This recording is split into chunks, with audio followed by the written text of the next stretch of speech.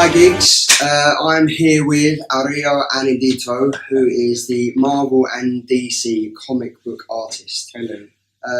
It was great, it really happened very quickly for me. I posted a review on the Instagram account, and without knowing, this fine gentleman here commented and said how much he loved the review, so I kind of just took things as it were and see if he was able to do a Skype interview first of all. And as coincidence would have it, he was in the UK exactly the same time as I requested to do the interview. So here we are now. I feel very privileged, and it's a great honour of mine to be sitting here with an extremely amazing artist. Thank you very much. No worries. So yeah, so let's just start. How did you get into comic books?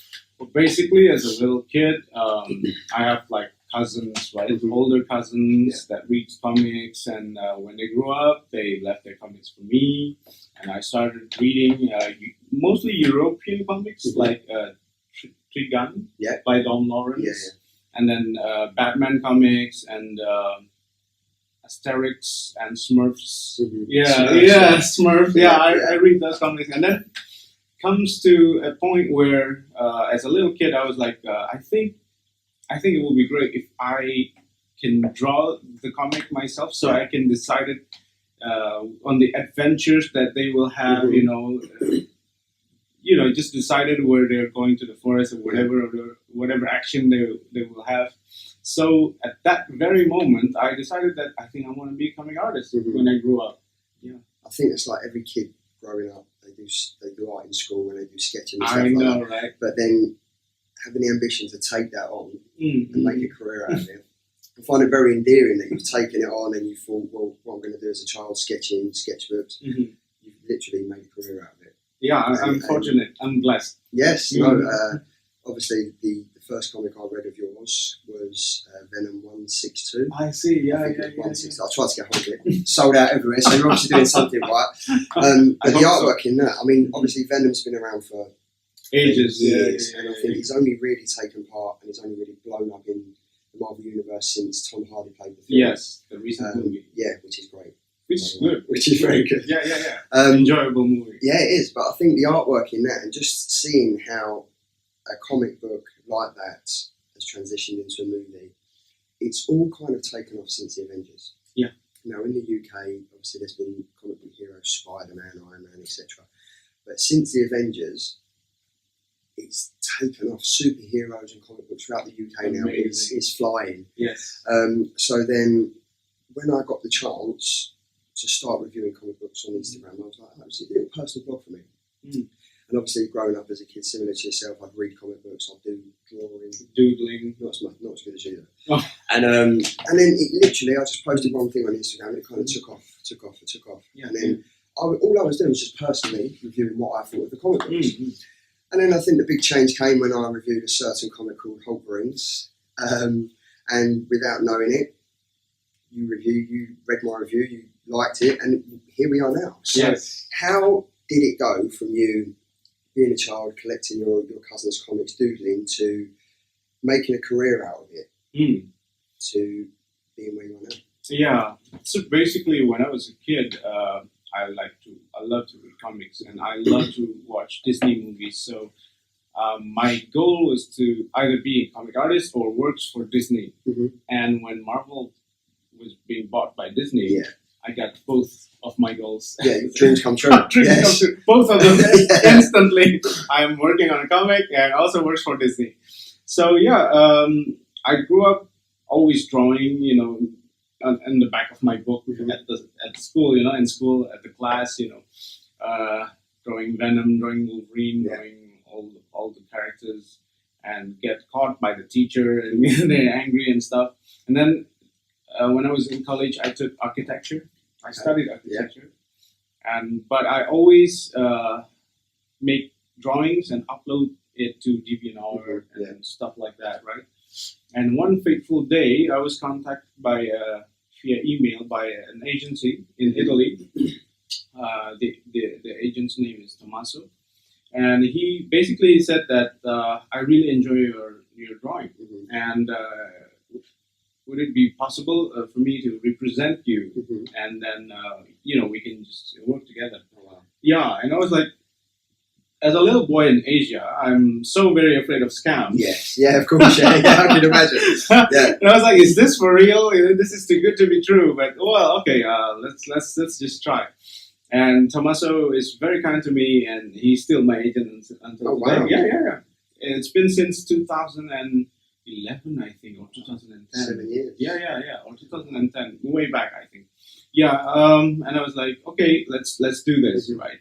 So this all started from, did you do something specific, or was it just your doodling, your artwork that you'd uploaded to DeviantArt? Yeah, I actually never knew, and I never asked him which drawing of mine that really captured his interest. That might be a question. That might be. You know, it crosses my mind almost every time, but I always forget to ask. Yeah. So basically, it starts from that, and at the beginning, I do like pitching and small drawings for a French publisher called Soleil. Mm-hmm. Yeah, and but it's just like small stuff, small projects, and then in 2013, when I was shooting a movie, I became the art director. Mm-hmm. And Tommaso emailed me and he said DC is interested to hire you for a comic book called Red Hood and the Outlaws. Wow. Yeah, and he said, do you want to take it? And I said, let me think about it. Of course I want to take Playing it. hard to get, yeah. Of course I want to take it. It's a DC Comics. And it's Batman Family, which the character that I love the most in DC. One of the comics you had growing up. Yes, like that, Batman, right? And my favorite villain is always the Joker. Yes, so yeah. But the Bruce Timm Mark Hamill Joker. Yeah. That's the one for me. Yeah. That's the one for me.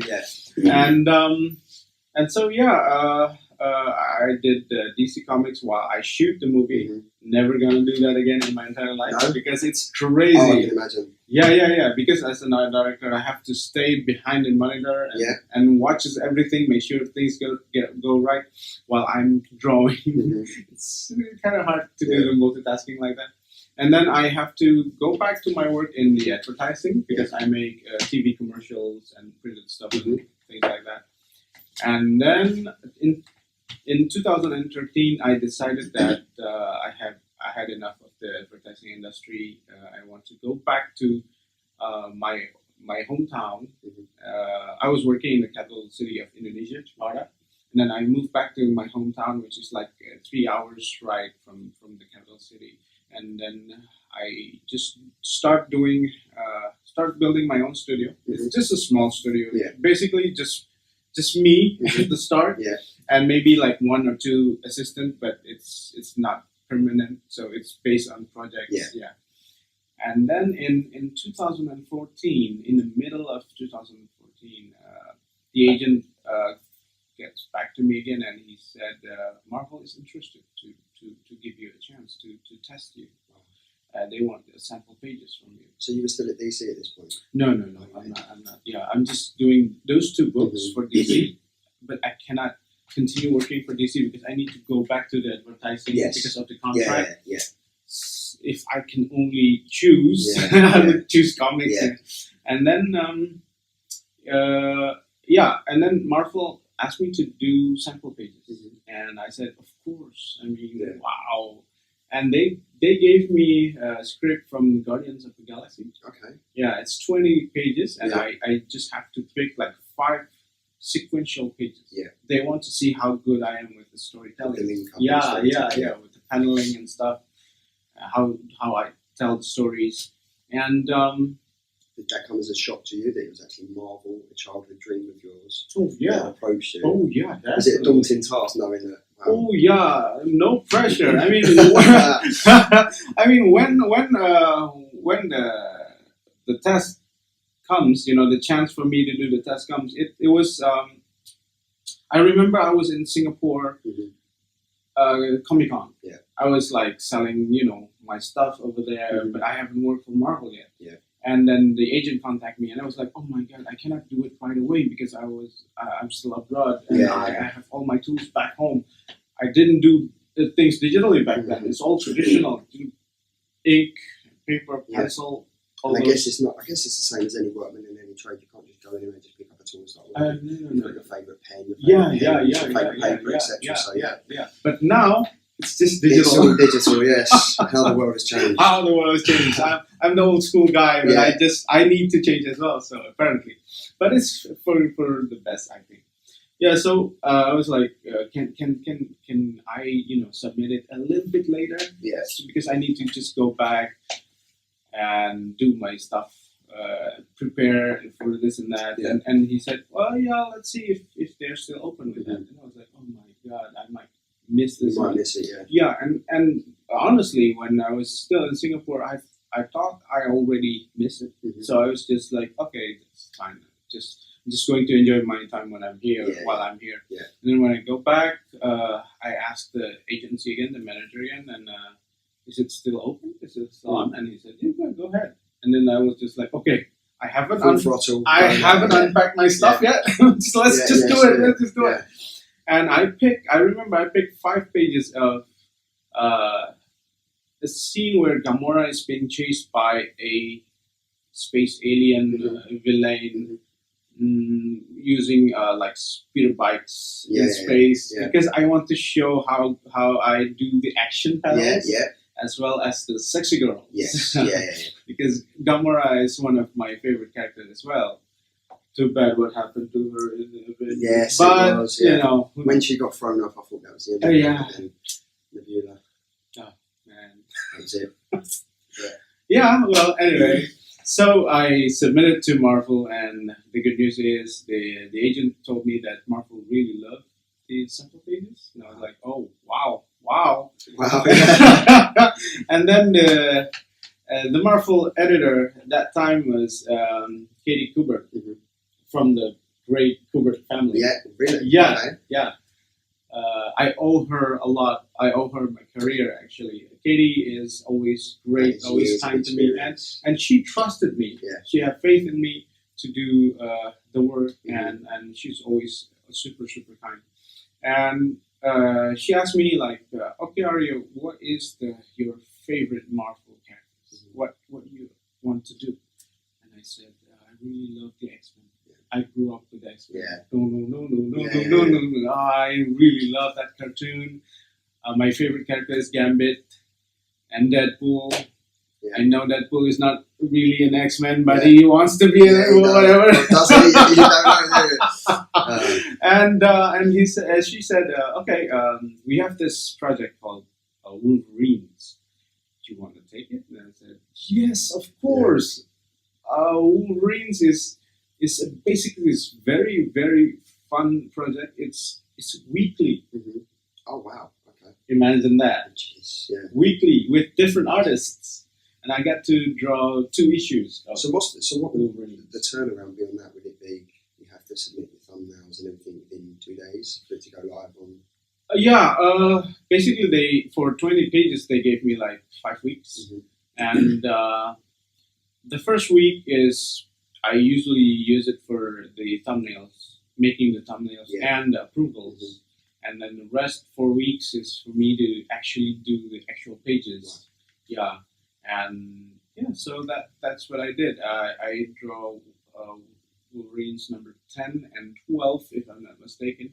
And that's my first comic for Marvel, and I'm so very happy with it. And that's where it all started. Yeah, that's where I started. And Marvel is being very kind to me, and that they always give me projects from 2014 till today. Mhm. I'm still working for them. That's So incredible. yeah, it's been quite a journey, very lovely journey.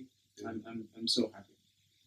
So that leads on to the next question. So Mhm. obviously working for Marvel is huge. I think that's, if you're into comic books and movies and stuff, Yeah. and you enjoy drawing, that is a childhood dream come true for you. So Very. I'm very pleased for you that you Thank you very much. that it took I'm one, sure you can feel Oh, how I feel. yes. That it took just one small drawing and you're someone to notice you, Yeah. which is how this interview Mm. came about. Yes. I posted a review, so someone noticed me and we're sitting here now. Yeah. But you said that your favourite characters were the X-Men. Yeah. Is that still to this day? Still To this day, Still even, to this even day. drawing Wolverines? Yes. Yeah. And who was your favourite characters from DC? I'm going to say a Joker. Really? Yes. Yeah. Joker. I think the different variations throughout the years that he's had, I think it goes back to Mark Hamill. Mm. He was incredible. He was incredible as a Joker. I think he set the focus. My God, he made the Joker into the Joker. I mean, right now, every time I see the Joker, I hear his voice. Yeah. Right? That is the Joker's voice. Because he still does the voiceover for some of the animation as well. And his mannerism when he dubs the voice, yes, it's like, it's there. He is the character. Yeah. But I think throughout the years, we'll touch on DC for a bit. So I think throughout the years, obviously, we've had Mark Hamill as the Joker, we've had Jack Nicholson, we've had Val Kilmer as Batman, Christian Bale. And I think Nolan's concept of Batman, The Dark Knight, throughout really highlighted the darkness of Gotham, everything about Gotham, and the darkness of the true origins from Batman. And then I think when we touch on the Joker, your favourite character, would you believe that Heath Ledger played the best Joker? I mean, because obviously it's a different Joker, so like Hamill and stuff like that, and Jack Nicholson's, but I think within that era of the Batman, for me, that was one of the greatest performances I think ever. I have to agree with you.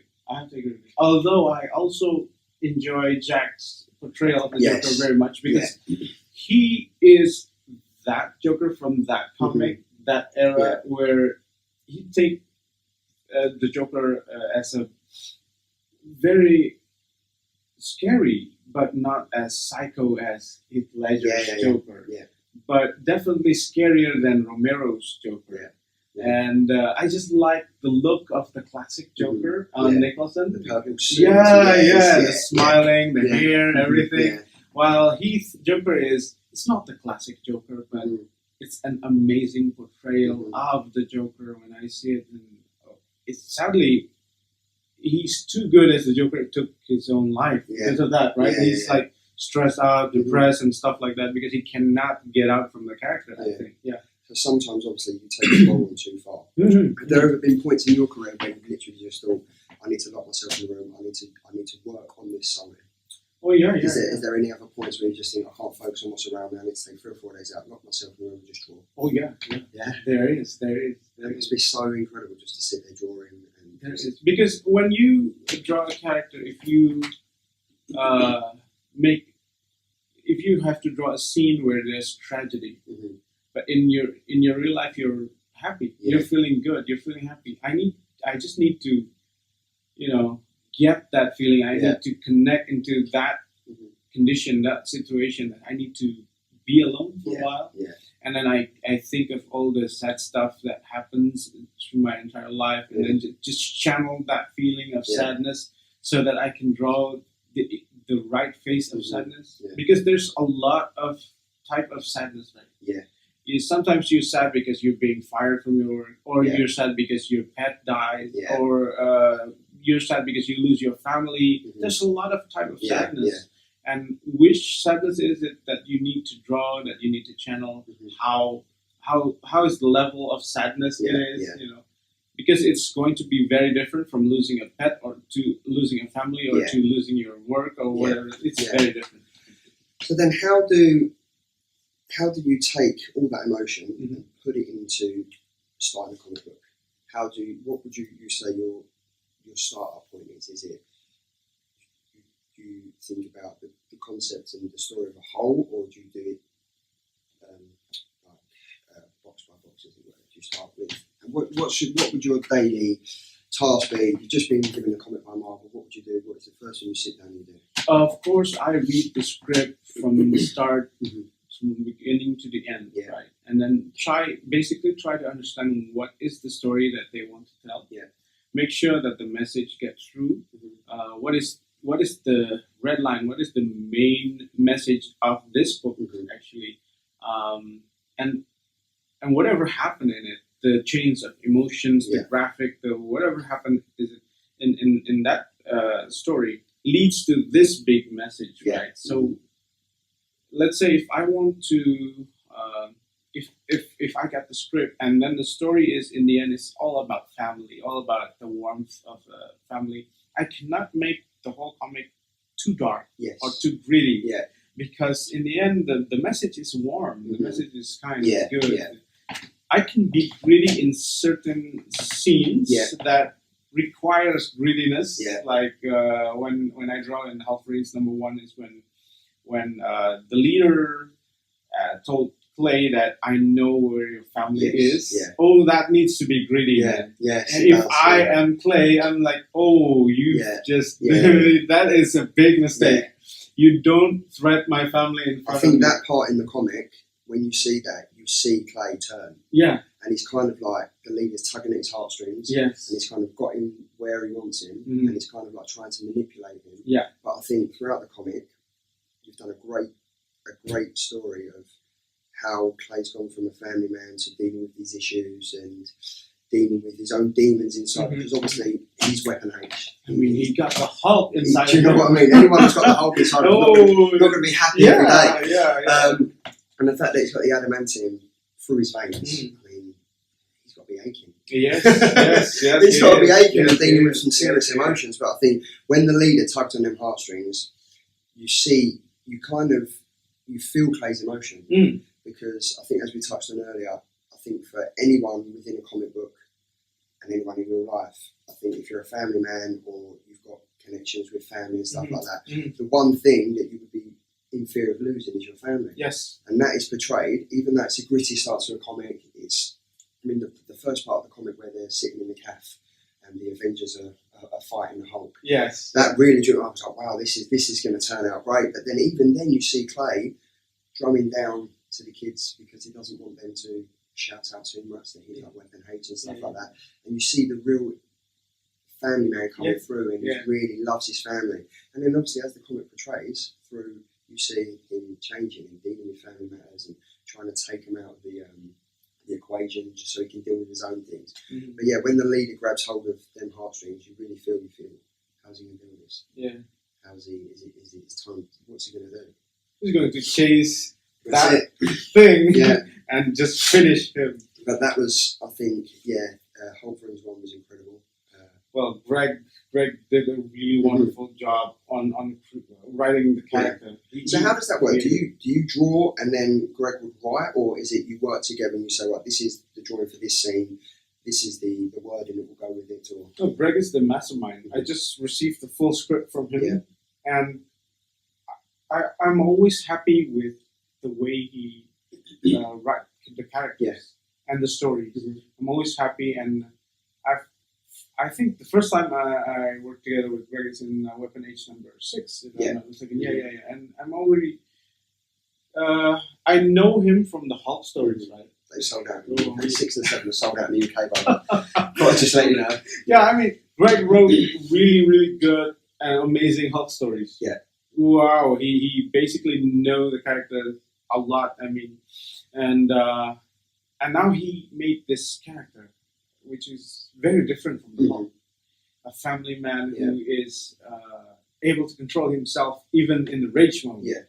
And basically a very kind person. He just, if you read Weapon H, he's basically just want to be left alone. Just do my stuff. I want to isolate myself from my family because I don't want them to be in danger. Just leave me alone. But he cannot let other people in danger.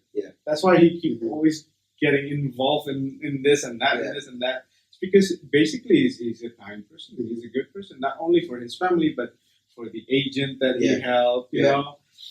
He's there. Basically, he's there. And to see him fighting Wendigo, which is, you know, if you read the Hulk comic where the Wolverine comes in, full appearance, there's Wendigo. Yes. Yeah, because that's the first appearance of Wendigo as well. Yeah. So all three of them actually, the Hulk and Wolverine in Weapon H, and then there's Wendigo. All three comes back again. That's just how amazing Greg is. On the actual comic, that's a very sought after comic, very sought after comic. And I think 181 is obviously where the Hulk, Wolverine are on the front, and then you've got Wendigo in the bottom left hand corner. Yes, you see, and you're like, wow! Not only are you getting an amazing comic of the Hulk and the first appearance of Wolverine, you've got Wendigo just hiding in the corner. And I think a lot of people miss that. Because the main focus of it, 181, Wolverine's first appearance. But then as you read through the comic, you're like, this is even better than I thought. There's Wendigo. And then it's just, I think it's incredible the way that he did that. Is if if I was to get hold of that comic, I'd never let it go. Yeah, Put it that way. Me too. Me too. Man. Yeah, no, definitely. But I think the way that it's done in this comic is obviously Wolverine, family man. Mhm. And not a lot of people see that. They see the one from X-Men where he's fighting in a cage, and they see him as the solo Logan. And then obviously you've got Hulk, Bruce Banner. But again, they've got family ties. They've got real emotion, and I think when that is all put together in Weapon H, he's taken them parts as well. Yeah. And he's kind of become the best and the worst of both of them. Yes. And even though like he's become like this super agent, this super weapon and stuff, he's still, I don't know if you agree with me, but he's able to switch between Weapon H and Clay easier than the Hulk is able to switch between Bruce Banner. And I think that's probably down to the fact that Logan, Wolverine, is able to retract his claws and stuff. He's got more emotional ties to what he is than the Hulk is.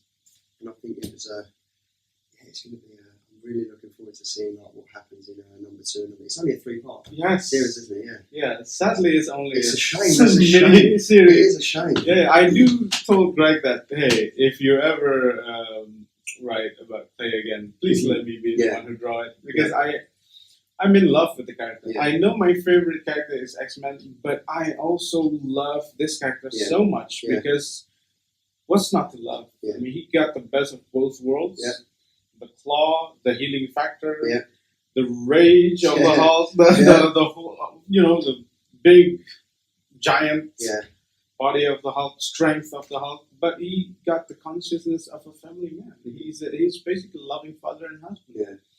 So he's for me he's a perfect character, and I hope Marvel will keep this character and make him bigger to his full potential. Do you ever think Wolverines would be Weapon H specifically would make the transition from comic book into a movie, into the MCU? I have no idea, but I really, really hope so. I really hope so. Yeah. I mean, but I think people need to see the Hulk meet Wolverine first in the movie before that happens, right? That would be that'd be great. I think because one of my favourite scenes is when the Hulk fights the Hulkbuster. That was a robot Hulk versus the Hulk. Yes. And I think a lot of people's opinions have changed of the Hulk. I've seen in Avengers Infinity War, where he's up against Thanos and you think, like, this is it, Thanos, you're finished. This is done. And then the Hulk, bam, he's gone. Just loses it and you're like, where you gone?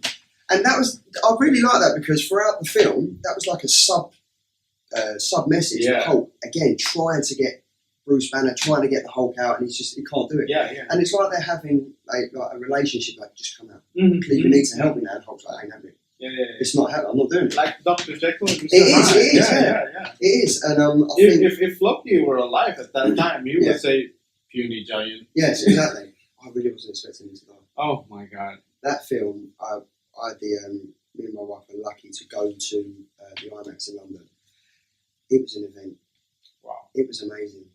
And I, honestly, throughout reading the comics, you know certain things is going to happen. Yeah.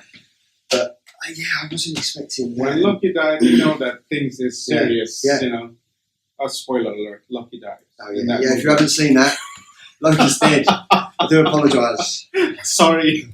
The God of Mischief. Yeah. He died. He died. Sadly. At the hands of Thanos, unfortunately.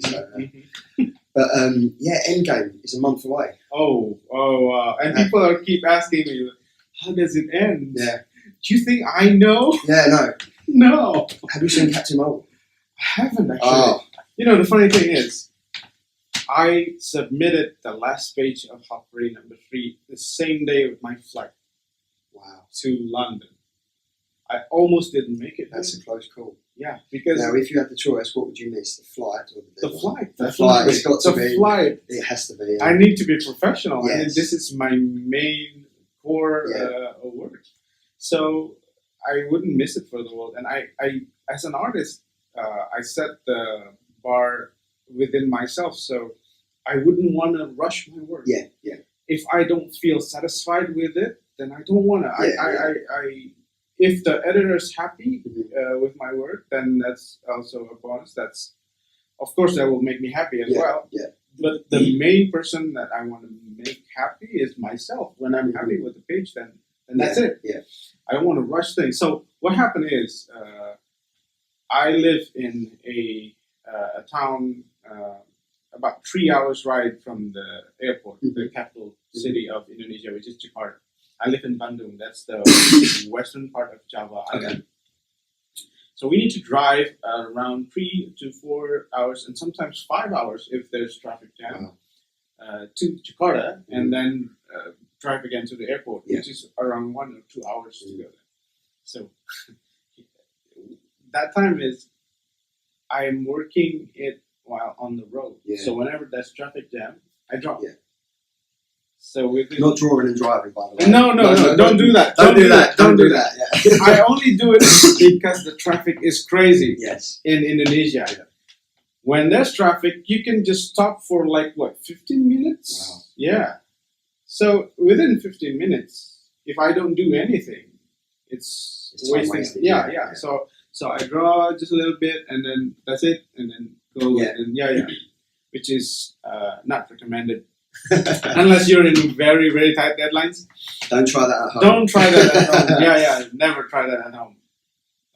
And then, I just finish it. I remember 8 o'clock at night. I finish it. I submit it to Marvel, and then I go straight to the airport. And by 11:25, I think my flight is 11:20. So it's a close call. Wow. I almost didn't make it. I was just what to say if I didn't go. Wow, But that's a big thing as well. Yeah, so obviously you're over here for a digital comic workshop. Yes. So how did that come about? How has that been going? Basically I'm here for the London Book Fair. We Indonesia have a big part in this event. Have a big booth. We have our writers come to London, and so many great writers, so many great comic artists with from their. They are actually comic creators. They create their own comics. Oh wow! Yeah. So they bring their own IPs, intellectual properties. And it's been very good. The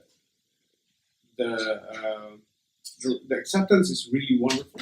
People are appreciating it, and I'm supporting them as well because I want Indonesian comic to be known to the world as well. And I'm here to support the event by doing the workshop because basically so many people wants to be a comic artist, but they don't know what to do. They don't know how it's done. And I want to let them know the steps and how to do it. So if they want to be a comic artist, at least they know what to do and what to aim and what are the steps to do proper comic. And is this going to be a platform that people can go to a website and look at the steps, how to do it? Is it videoed or? Unfortunately, it's only recorded in Instagram Live, so it's within 12 or 24 hours. It's gone already. I don't know if they keep a recording of it or not. I'm not sure, but so far from the workshop itself, people are being very happy with it because they finally get to see the creative process behind the Marvel book that they are reading. So it's great. So how did we spoke about it earlier, but the transition from going from old school to pen and paper to digital artwork, did you find that easy to do? It's not easy to do at all. Because I'm born in the age where there's no such thing as digital pen, right? And when I first started to try the digital pen, it's not like in this tool. It was the pen tablet, right? So I draw here and it shows there, and it's a very confusing. It's like a mouse mat, isn't it? So what you It's confusing at first because you used to see what you draw, and now you have to look. Now, I have to. Okay, this is weird. But that must be weird but you're not looking at what you're drawing. Exactly. That's weird. That's weird. But if you think of it, it's the same thing as mouse, right? Yes. Mouse is like. You don't look at what you're doing. You don't look at And then finally I'm used to it. And then now that the modern technology has been wonderful, I got this tool that let me draw, directly and very compact and mobile size. Yeah. So basically, my whole studio I can bring is so that's here. the good thing. Yeah, that's the good thing. Modern technology. That's the good thing. But the downside is I don't have the page, the original That's page. it, yeah. I like to keep my original Yeah. page, right? Mhm. Yeah, I like to frame it. Yeah. It's something that I like to keep from. Yeah. Oh, this is when I was drawing this. I only sleep for 3 hours. Yeah. Well, no, I mean, I guess it's the memories, isn't it? Yeah, it's the memories. Yeah. Maybe I spilled a bit of my coffee in it. Yeah, right. But yeah, there's the passion and Mhm. there's everything in that. Whereas if you spill coffee on that, you've just got to pay £1,000 for a new one. That's the thing. That's the downfall of technology these days. Yes. So, what was the first comic that you did digitally? Wow, I think it was The Agents of S.H.I.E.L.D. Really? Mm. Wow. The Agents of S.H.I.E.L.D. That must have been. Yeah. That must have been a big deal going through covering all of them into. Did you find it hard transitioning from paper to? What made you want to It's basically the do that comic? main reason for me to go digital is because the deadline. Mhm. Because I'm now working as a penciler and as an inker as well. Mhm. And not sometimes, of course, it's going to be faster Yes. when you do it digitally Yeah. because when you do mistakes, there's undo, Yes, that's it. right? Mhm. With on the contrary, in real life, when you do mistake, you're like, do. Yeah. There's no undo. Yeah. So it's faster, and I never ran out of inks. Mhm. Yeah. And I never have to buy new markers and stuff like that. So basically, it's more of a time consideration. But whenever I have spare time, I prefer to do it traditionally. Yeah. And is there any? Do you think there's still artists out there that, even though they've been shown that the digital way of doing things is there still artists out there that would only just do it old school? You mean still doing it traditionally? Traditionally. Yeah. Oh yeah, there's a lot of them. Really? Yeah. Not a lot of them, but the artists that I really like, such as Oliver Coital, still do it. Really? Yeah. And he's a really good artist. I've met him. He's a very nice guy.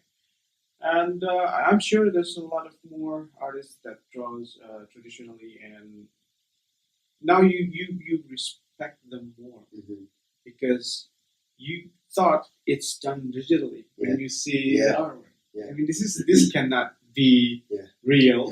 Yeah. Adi Granov. Yes. He made the coloring, the stuff like that. This has like, got to be digital. It looks like a painting. Impossible. Yeah. Look at these lights. Look at the smokes. This is impossible. It's You cannot do realism, this isn't it? traditionally. And then you see the video of him just drawing it. And I was like, this guy is a god. Has there ever been any parts in the comic that you've done digitally and you thought, I can't get my head around this. I need to do it? No. No. When I do the Agents of S.H.I.E.L.D., how I transitioned into digital is what happened is I draw half of it traditional, and then half of it digital. Okay. Yeah, and it's not like half from 1 to 10. No, it's skipping. So it's transitioned smoothly. It's till I finally move on full digital. Yeah. Because for me, I always love the feeling of having the pen touching the paper, the surface, and it's something that I've been done for years, and not doing it. Sometimes I just don't get the feel because digital is totally different. Totally different. This is very smooth surface. That's it. Yeah, what pencil is like. It's very different, but it's definitely faster, more efficient, and it saved my time from going to the art supply store and buying all the markers, and it's also saved more money, definitely, so that I don't have to buy a lot of the markers. But I don't get to keep the original page. So I mean, have you been lucky enough to go to the HQ of Marvel in the US? Unfortunately, not yet. I'm looking forward to it. Yeah. Yeah. I might just give you that call I never went. I never go to the US yet. Yeah. So yeah, it's your first time in London. Yes, It's first an time. absolute First pleasure. time out Absolute of pleasure having you Asia. here. Out of Asia. Yeah. Wow. That's incredible. Yeah.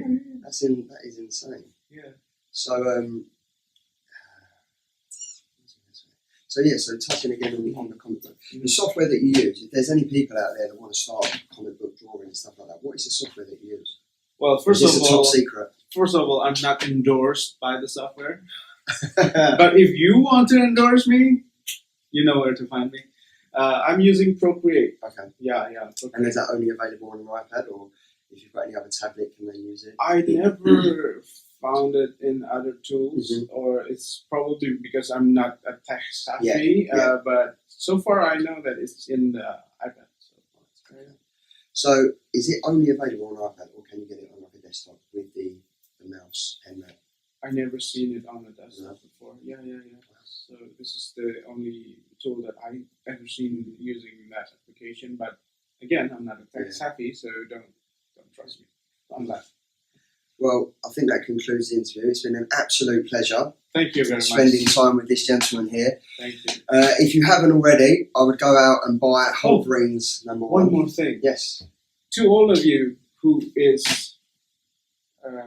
wants to be a comic artist, please dream big. Please believe that nothing is impossible. I come from a small town in Asia, and I have a dream that I want to draw a comic book for Marvel, for Disney. And what are the chances? I mean, the dream become a reality. And there's a small story that I would like to share. Go, please do. When I was a little kid, there's only one comic shop in my town, and it's very far from my house. And my mom usually drives me there in the weekend because she's a single mother, which is very, very meaningful to me. She's my hero.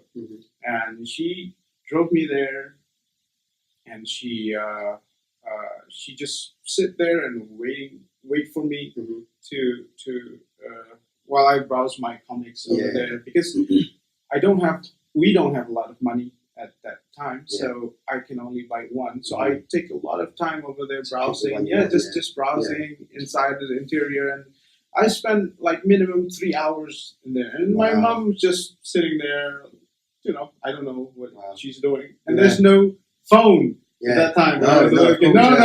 Now you can just YouTube or whatever. There's no phone. And my mom didn't even read any books or whatever. She's just maybe looking at me. And one day when I was in the toy store, I was just sitting right there and looking at all the covers in the shelf. And I imagined that someday there will be my name on it in the covers. And what is the feeling for me to take the cover, the comic with my name on the cover and pay it? It will be, I don't know how it will feel, but that time I was, daydreaming. And I did it for real when I finally made my Wolverines number 11, I think. Or 10. I can't remember. I go to that same comic store, and I take the comic with my name on it, and I pay.